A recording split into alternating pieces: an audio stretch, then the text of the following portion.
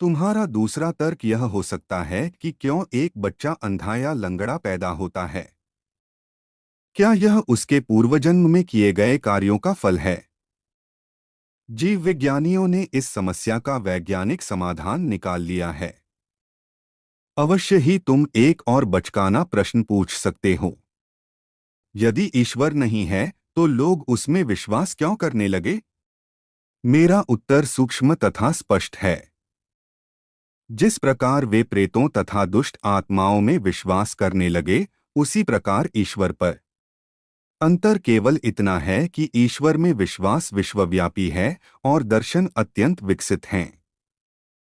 इसकी उत्पत्ति का श्रेय उन शोषकों की प्रतिभा को है, जो परमात्मा के अस्तित्व का उपदेश देकर लोगों को अपने प्रभुत्व में रखना चाहते थे तथा उनसे अपनी विशिष्ट स्थिति का अधिकार एवं समर्थन चाहते थे।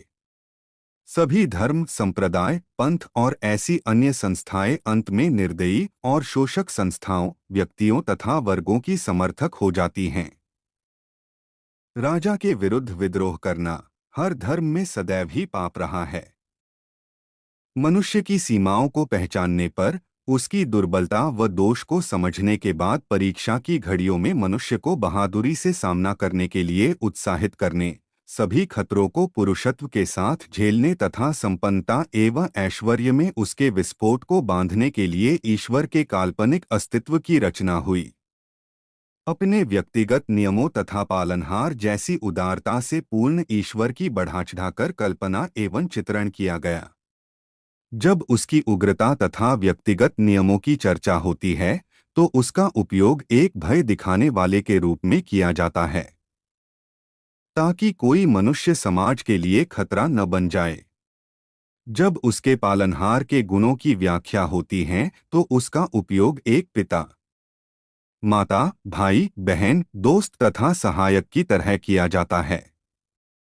जब मनुष्य अपने सभी दोस्तों द्वारा विश्वासघात तथा त्याग देने से अत्यंत मुसीबत में हो, तब उसे इस विचार से सांत्वना मिल सकती है कि एक सदा सच्चा दोस्त उसकी सहायता करने को है, उसको सहारा देगा तथा वह सर्वशक्तिमान है और कुछ भी कर सकता है।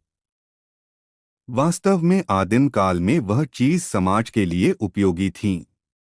पीड़ा में पड़े मनुष्य के लिए ईश्वर की कल्पना उपयोगी होती है। समाज को इस विश्वास के विरुद्ध लड़ना होगा। मनुष्य जब अपने पैरों पर खड़ा होने का प्रयास करता है तथा यथार्थवादी बन जाता है, तब उसे श्रद्धा को एक ओर फेंक देना चाहिए और उन सभी कष्टों, परेशानियों का पुरुषत्व के साथ सामना करना चाहिए। यही आज मेरी स्थिति है।